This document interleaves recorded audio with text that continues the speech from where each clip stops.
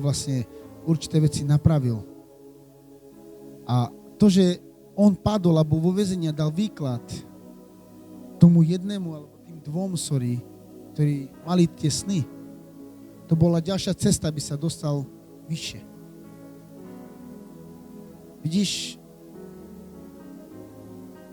keď ty padneš preto, aby si uvedomil a skúmal svoj život, aby ťa odtiaľ Boh zobral vyššie. Víš, mnohí hovoria, ima nasom aj sosar somas, ima nasom aj sisar somas, aj si aktívno, aj sokada, aj si kada. Moja odpoveď je, snas sa a budeš ešte lepší. Lebo vidíš, Jozef si nehovoril do života, tak ma má na nekodi pozície, už nie som taký, aký som. Na. On bol skromný, poslušný a naďalej verný a Boh ho zobral vyššie. A kvôli nemu všetci prežili mor a vlastne hladomor. Všetci prežili kvôli nemu. Ale keby nebolo Jozefa, všetci by zomreli. A teraz, koho zobrazuje Jozef? Vidíš, keby nebolo Ježiša Krista, Biblia píše, lepšie je, keď zomre jeden, a keby zahynul celý národ. Keby nebolo Ježiša Krista, dnes tu nie sme. Keby nebolo Ježiša Krista, naďalej sme vyprahnutá zem.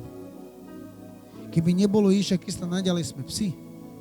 Keby nebolo Ježiša Krista, nemáme život, ktorý máme teraz.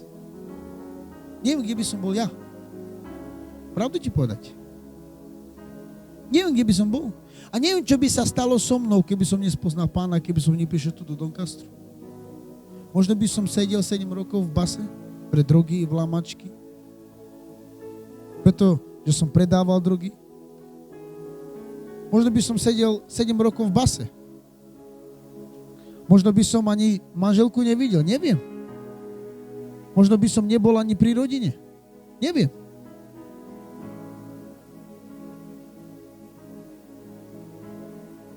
Možno by som bol ešte horší ako predtým. Kto vie? Ale vďaka Bohu, že Boh to tak naplánoval a vďaka Bohu som tu, kde som. Ale je to iba vďaka Bohu. Aj my sme vďaka Pánovi na tomto mieste. Preto, cirkev, buďme radi. Buďme radi, že sme na tomto mieste, že sme tam, kde sme. Buďme radi za to, že už nie sme vyprahnutá zem. Že už nie sme zem bez života. Ale že Pán nás požehnal a že Pán nám dal vodu života. Ale nezabúdaj, Boh všetko vidí a Boh všetko pozná. Pán pozná tvoj smutok, tvoju bolesť. A Biblia tam píše jasne, že Pán dá večnú radosť. A keď Pán dá večnú radosť, tak smutok a vzdýchanie zmizne. Preto očakávaj túto radosť. Očakávaj túto radosť, že príde táto radosť do tvojho života. Radosť víťazstva. A vzdýchanie zmizne. Pochybnosti zmiznú. Málo viery zmizne. Keď príde táto radosť. Len dovol, aby táto radosť prebrala kontrolu nad tvojim životom. A to je jediným spôsobom. Keď naďalej budeš stejný človek a lepší. Nevracaj sa do pozícií psa. Tam, kde si bol predtým, inými slovami. Do svojho starého života.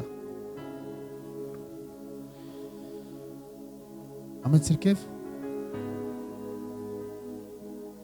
To je veľmi dôležité.